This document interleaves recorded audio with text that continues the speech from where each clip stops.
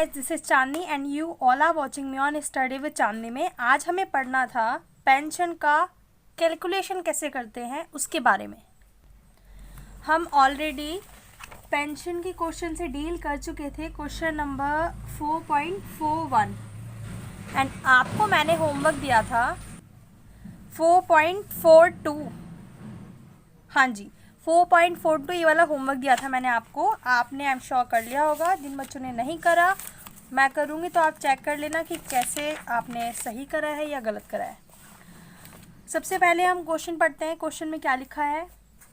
Question बोलता है ए retire होता है 15 अप्रैल 2017 को फ्रॉम बी कंपनी लिमिटेड।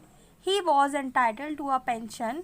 4000 की पेंशन उसे मिलती है per month. At the time of retirement, he got 75% of the pension commuted. उसकी commuted pension जो है 75% है और उसको मिलता है कितना? 1,20,000 commuted pension के रूप में।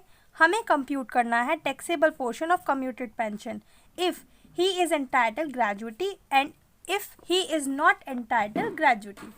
ये दो situations हैं हमारे पास। हमें निकालना है उसका commuted pension टैक्सेबल अमाउंट निकालनी है। अगर दो सिचुएशन में, अगर उसे ग्रेजुइटी मिलती है और दूसरा उसे ग्रेजुइटी नहीं मिलती। सो गाइस, पहले मैं आपको बता देती हूँ, आपको ये वीडियो देखने से पहले पेंशन की वीडियो नंबर 3 मैं ऑलरेडी बता चुकी हूँ। इसके बारे में, पेंशन के बारे में कुछ केसेस हैं पेंशन से रिलेटेड। कम्यूटेड पेंशन में क्या करना है, नॉन कम्यूटेड में क्या करना है, अगर ग्रेजुइटी रिसीव हो रही है तो क्या करना है, तो हम ये ऑलरेडी डील कर चुके हैं। आज हमें पढ़ना है पेंशन की कैलकुलेशन कैसे करते हैं।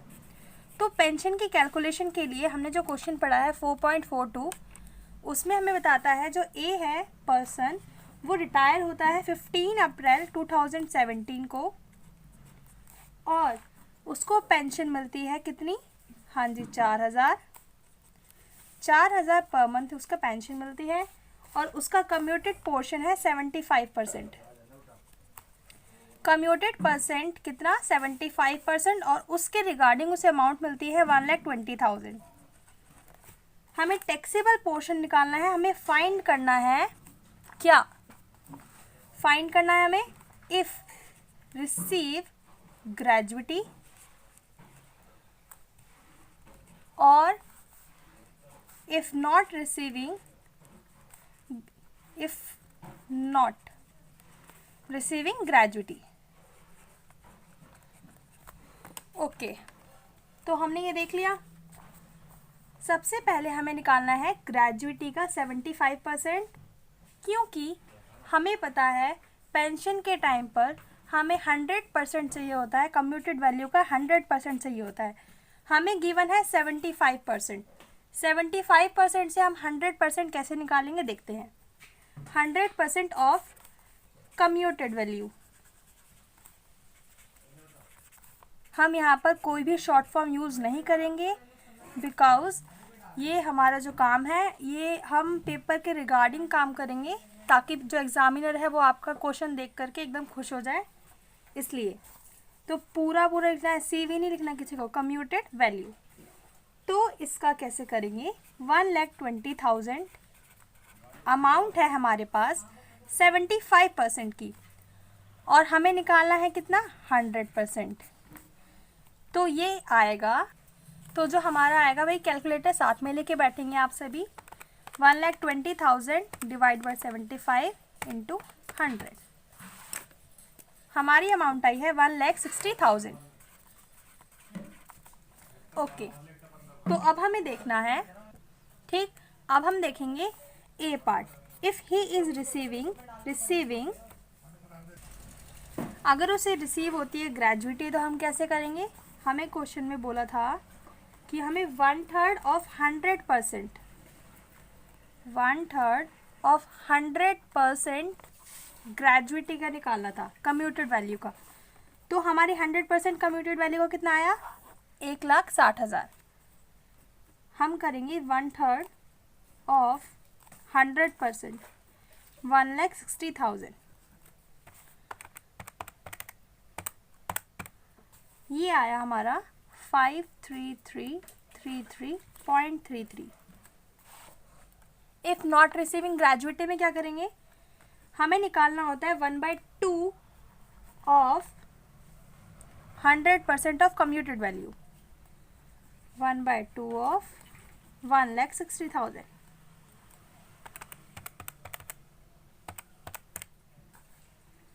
This is 80,000।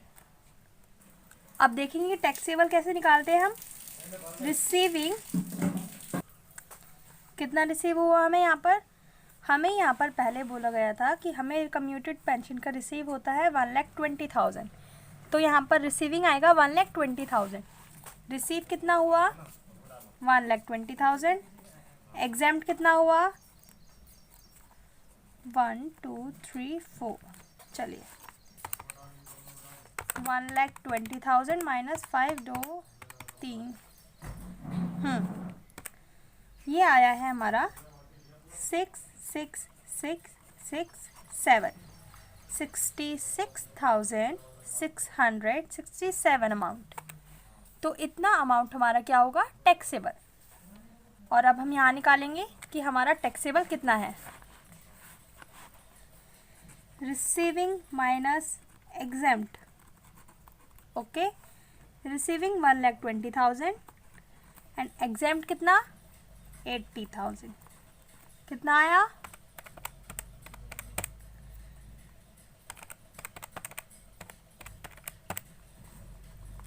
40,000। चलिए, हमें इस क्वेश्चन में इतना ही बोला था। अब हम एक बार देख लेते हैं हमारा आंसर सही आया नहीं आया। इस क्वेश्चन में बोला था यस, हमारा आंसर यही है, इतना हमारा एग्जाम्प्ट है और इतना टैक्सेबल, इतना एग्जाम्प्ट है और इतना टैक्सेबल। चलिए, ये हो गया है। अब हमें करना है question number 4.43। This is big question because यहाँ पर बहुत सारी एडजस्टमेंट्स दी गई है हमें। ये क्वेश्चन क्या कहता है, पहले हम ये क्वेश्चन पढ़ेंगे। ए रिटायर होता है from services with effect from, कितना इफेक्ट में 1 नवंबर 2017 को रिटायर होता है after serving 18 years and 9 month, 18 साल 9 महीने के बाद वो रिटायर होता है। At the time of retirement he was entitle the following remuneration.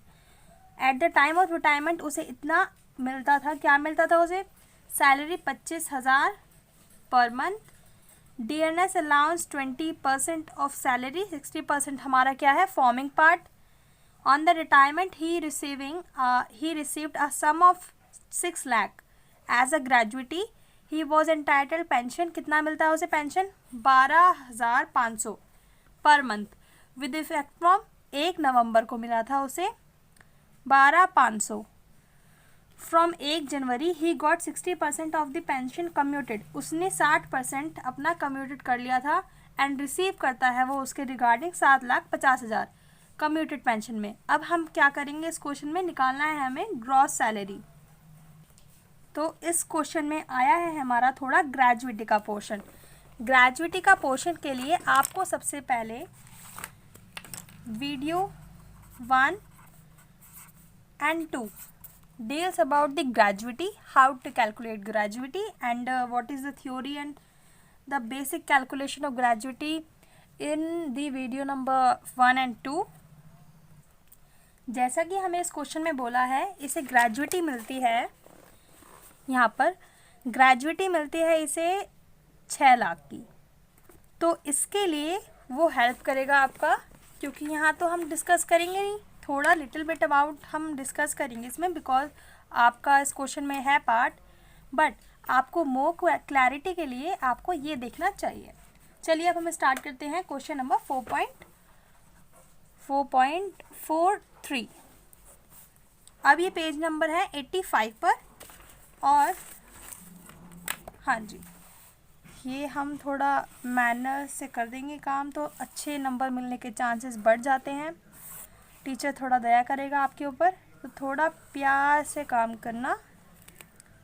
वैसे भी बहुत टाइम है आपके पास अभी प्रिपरेशन करने के लिए। तो अब हमें देखना पड़ता है पहले कि हमें बेसिक सैलरी कितनी मिलती है। बेसिक सैलरी हमारी कितनी है 25,000 पर मंथ। बताइए, हमें 25,000 जो सैलरी मिलती है, हम मल्टीप्लाई बाय कितने नंबर ऑफ ईयर्स के लिए, मंथ के लिए करेंगे? कोई कहेगा 12 भाई, मगर यहाँ पर 12 नहीं होगा, यहाँ पर होगा 7। क्यों? क्योंकि जो हमारा ये इसमें ए है, ए रिटायर होता है वो 1 नवंबर को रिटायर होता है। 1 नवंबर को रिटायर होता है तो क्या मतलब, उसने हमारे यहाँ काम किया है अप्रैल, मई, जून, जुलाई, अगस्त, सितंबर, अक्टूबर। अक्टूबर में यहाँ तक उसने काम कराया है एंड नवंबर की 1 तारीख को वो रिटायर हो जाता है, तो हम उसे अक्टूबर तक की सैलरी देंगे ना, नवंबर तक नहीं देंगे, क्योंकि उसने काम तो अक्टूबर तक करा है। तो हम यहाँ पर करेंगे 7 से मल्टीप्लाई, क्योंकि अक्टूबर तक देंगे उसे सैलरी। तो उसका बेसिक पे आया है 7,75,000। ओके, इस क्वेश्चन में बोला है हमें उसको डीएनएस अलाउंस भी मिलता है, यानी महंगाई भत्ता। तो उसे कितना मिलता है? 20% ऑफ सैलरी, सैलरी का 20% उसको डीए मिलता है। तो हमारी सैलरी कितनी है? 1,75,000 का 20% आया 35,000। तो हमें पता चल गया भाई डीए से 35 मिलता है। अब हम निकालेंगे हमें पेंशन, क्योंकि अभी अभी हमने रिसेंटली पेंशन से डील करा है, तो हम पेंशन का पहले करेंगे, देन ग्रेजुटी। ओके, तो पेंशन के रिगार्डिंग इस क्वेश्चन में ये चर्चा हुई है कि ये जो ए पर्सन है इसे पेंशन मिलती है, मंथली पेंशन मिलती है 12,500 per month, with effect from 1 नवंबर से उसको पेंशन मिलना स्टार्ट हो गई थी। नवंबर दिसंबर तक उसे पेंशन मिली फ्रॉम 1/1। यहाँ पर हम थोड़ा सा सड़ा लेते हैं बुक को, क्योंकि बुक जितना सड़ती है उतना अच्छा समझ में आता है। उसको मिली पेंशन नवंबर को, हम यहाँ करते हैं, नवंबर को उसको मिली पेंशन। ठीक, नवंबर को मिली। ध्यान से सुनना guys, because this is the most typical part in this question, इसीलिए क्वेश्चन को थोड़ा बाहुबली क्वेश्चन बोलते हैं। नवंबर दिसंबर को उसे मिली पेंशन मंथली बेसिस पर, और कितना अमाउंट? 12,500 पर मंथ, 2 महीने मिली।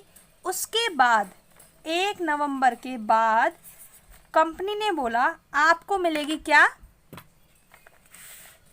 1 जनवरी तक, 1 जनवरी तो बोल रहे हैं हम, बताओ, 1 जनवरी को ही गॉट 60% कम्यूटेड करवा ली उसने।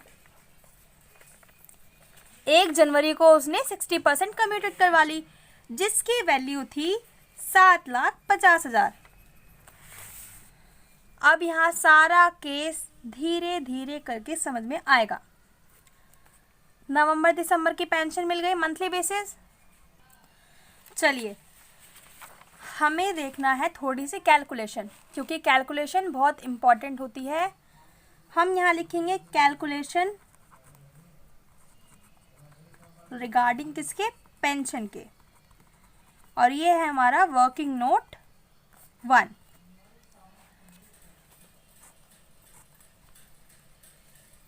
नवंबर दिसंबर की पेंशन मिली, ठीक। उसके बाद जनवरी में उसकी कम्यूटेड हो गई। ऐसे ही कह रहा है क्वेश्चन, रिलैक्स, एकदम आराम से। क्वेश्चन ऐसे ही कह रहा है, कम्यूटेड पेंशन उसने कितनी करवाई? 60% कम्यूटेड पेंशन ले रहा है वो, 7,50,000 के बेसिस पे, ठीक। अब कितना बचा भाई? 40% वो अनकम्यूटेड के हिसाब से ले रहा है। अनकम्यूटेड मीन्स 40% वो मंथली बेसिस पे ले रहा है। अब हमें इसे समझ में आया। अब हम इसकी कैलकुलेशन के देखते हैं, कैलकुलेशन कैसे करेंगे इसका। हाँ जी, एकदम रिलैक्स होके करना है बिल्कुल काम, कोई बर्डन नहीं लेना, एकदम रिलैक्स होके करेंगे ना तो ज़्यादा अच्छा समझ में आएगा। 12,500 उसको मिल गई मंथली की, ठीक, 2 महीने की। उसके बाद जनवरी, फरवरी एंड मार्च तक उसे मिलेगी मंथली बेसिस। मंथली बेसिस तो मिलेगी मगर 40% के हिसाब से, क्योंकि 60% उसका कम्यूटेड हो चुका है, तो हम तो 40% के हिसाब से देंगे। 3 इंटू का 40%, ठीक। और 60% जो मिला है ऐसे 60% के लिए अब हम कैलकुलेशन करेंगे।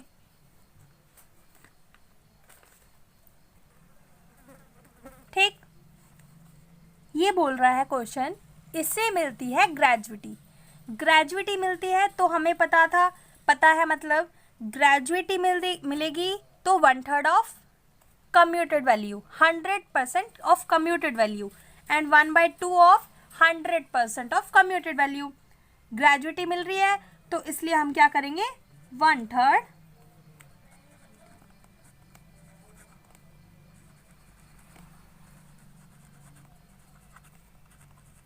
पहले हम निकालते हैं 100% ऑफ कम्यूटेड वैल्यू। इसे मिला कितना, 7,50,000। 60% हमें चाहिए 100%।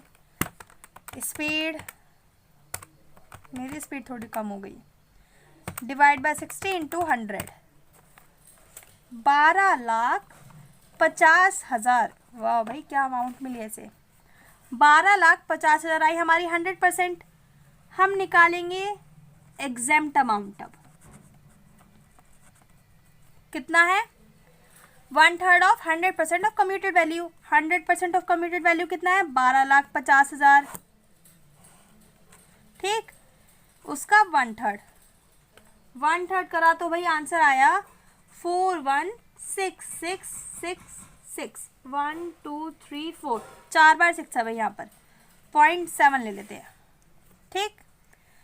ये क्वेश्चन बोलता है इतनी एग्जेम्पशन मिलेगी, तो अब हम निकालेंगे क्या, टैक्सेबल। टैक्सेबल कैसे निकालते हैं, रिसीव माइनस, हाँ जी, एग्जेम्पशन। रिसीव कितना हुआ, 7,50,000, एग्जेम्प्ट कितना हुआ, इतना। तो ये कितना आया भाई, ये आया है 1 2 3 1 2 3, इतना आया हमारी टैक्सेबल अमाउंट। तो भाई फाइनली लगता है थोड़ा थोड़ा कि हमारा पेंशन की कैलकुलेशन थोड़ी इजी हो गई है, क्योंकि हमने सब निकाल लिया है। ये हम लिखेंगे यहाँ पर पहले मंथली का हिसाब, 12,500,000 इंटू 2, 12,500,000 इंटू 2, 25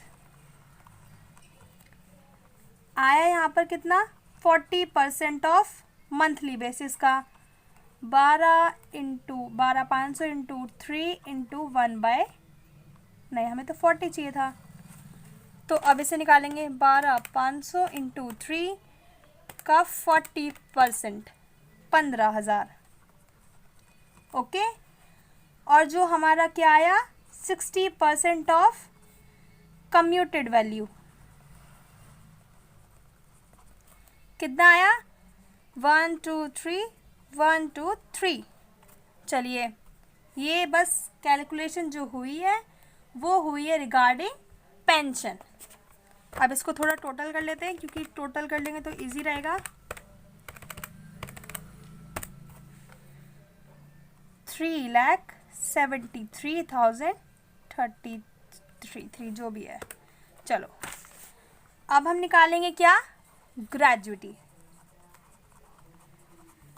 ग्रेजुइटी हमें कितना बोला है इसमें, 6 लाख, आई थिंक 6 लाख हमें क्या हुई है।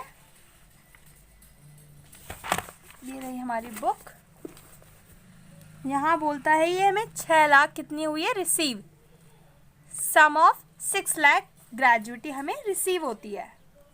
ग्रेजुइटी हमने क्या देखा था, ग्रेजुइटी के केस में यहाँ हम थोड़ी सी जगह में ग्रेजुइटी करेंगे, क्योंकि सब एक पेज पे होगा तो इजी होगा हमें समझने के लिए। गाइस बीच बीच में थोड़ा ध्यान रखना, अपने चैनल का भी सब्सक्राइब करते रहना, लाइक करते रहना और ऐसे ही प्यार बरसाते रहना। चलिए, कैलकुलेशन ऑफ ग्रेजुइटी वर्किंग नोट 2।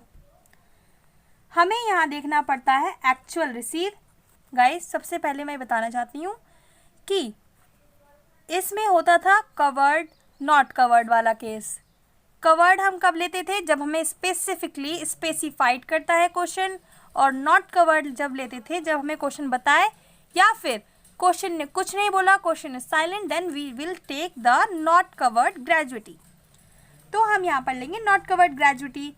इस केस में हमें करना होता है एक्चुअल रिसीव। हमें कितना हुआ है, कितना रिसीव हुआ actual? 6 lakh. And maximum limit कितनी है इसमें? हाँ जी, मैक्सिमम लिमिट ही पूछा है। पहले थी 10 lakh, but after the some amendment in the gratuity act कितनी हो गई लिमिट? 20 लाख, 20 लाख हो गई इसकी लिमिट। अब हमें देखना है कि ये इम्पॉर्टेंट पार्ट है, क्योंकि जो थर्ड पॉइंट है वो है इम्पॉर्टेंट। थर्ड पॉइंट में हमें करना होता था 1/2 of average salary into number of complete years. इसमें तो कंप्लीट ही कर देते हम एवरेज सैलरी के लिए। अब हमें पीछे पेज करना ही पड़ेगा, या फिर हम सोच रहे हैं थोड़ा सा कहीं से उधार ले लेते हैं पेज।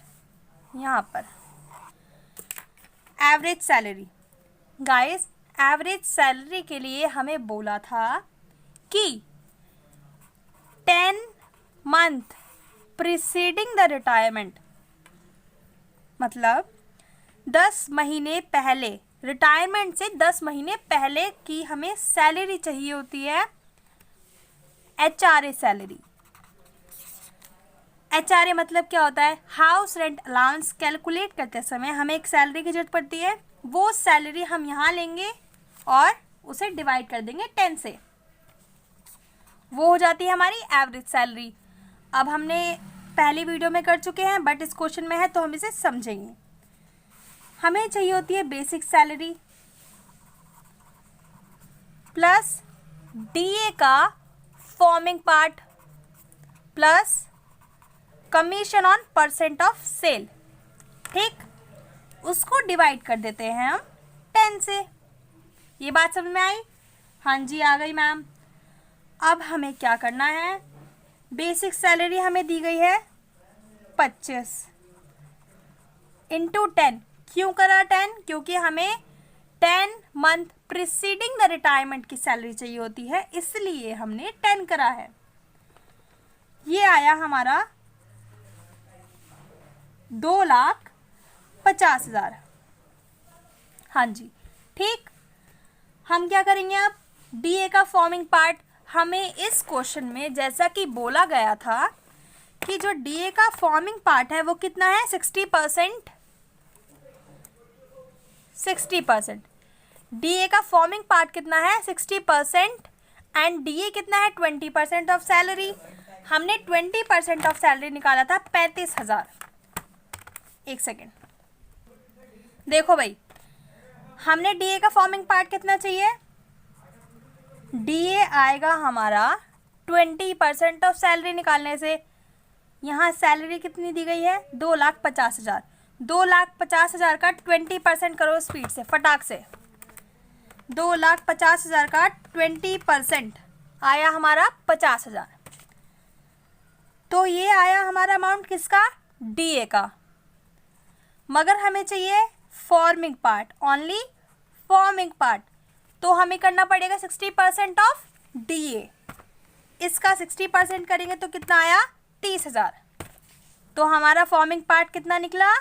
30,000। बिल्कुल रिलैक्स होके करना है हमें, स्टेप बाय स्टेप करेंगे तो आपका पूरा क्वेश्चन एकदम परफेक्ट होगा। प्लस 30। ठीक, अब हमें देखना है कमीशन दे रखा है क्वेश्चन में? नहीं जी, कमीशन हमें नहीं गिवन है, तो बस यहाँ 0 लिखेंगे और डिवाइड करेंगे 10 से। 2,50,000 प्लस 30,000, 2,80,000। 2,80,000 डिवाइड बाय 10 करेंगे तो कितना आया? तो हाँ जी भाई, यहाँ पर अब हमारा आ चुका है एवरेज सैलरी 2,80,000 आया था। डिवाइड बाई 10 करा तो हमारा आया 28,000। बस ठीक। इस पेज ने हमारी बहुत हेल्प करी है, तो please subscribe our channel study with Chandni को और लाइक करते रहें, अपना प्यार बरसाते रहें। Come to the point. Complete years करना होता है हमें यहाँ पर।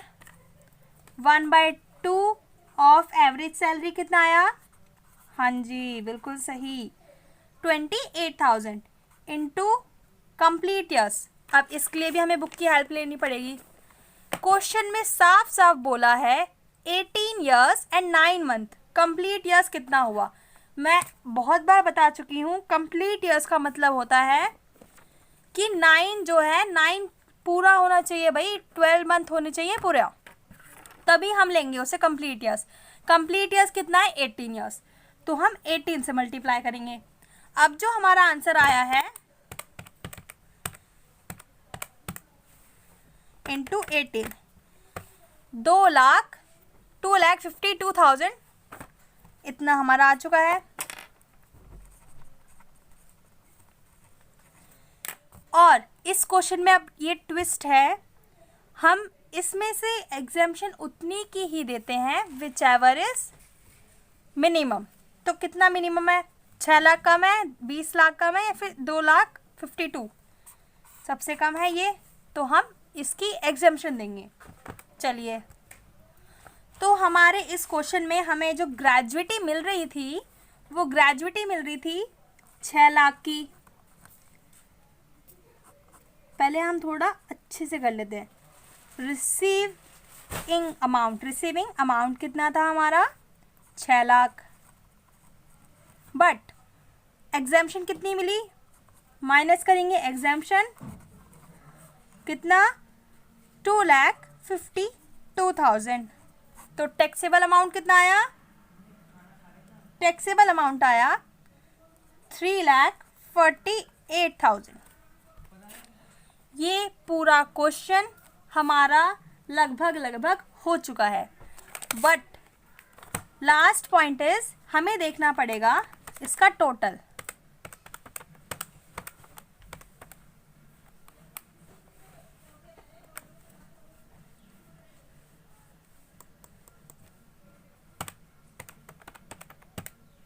इसका अमाउंट आया है 9 लाख। इतना साफ साफ करते करते भी कुछ ना कुछ गलती हो ही जाती है, पूरा पेज घिच-पिच हो गया। मगर आप बिल्कुल साफ साफ करना, अच्छा रहेगा। 9,31,333 इतना आया है हमारा ग्रॉस सैलरी। ठीक है, ग्रॉस सैलरी जो आई हमारी 9,31,333। तो अब हमारा ये क्वेश्चन हमने देखा भाई, ये क्वेश्चन हो चुका है हमारा, और अब आगे कोई क्वेश्चन नहीं है। आगे जो क्वेश्चन है वो बस है लीव सैलरी का। आगे अपकमिंग वीडियोस में हम करेंगे लीव सैलरी। तो गुड बाय, टाटा। अब आपके लिए ये होमवर्क है, ये आप दोबारा करते रहेंगे, इसका रिविजन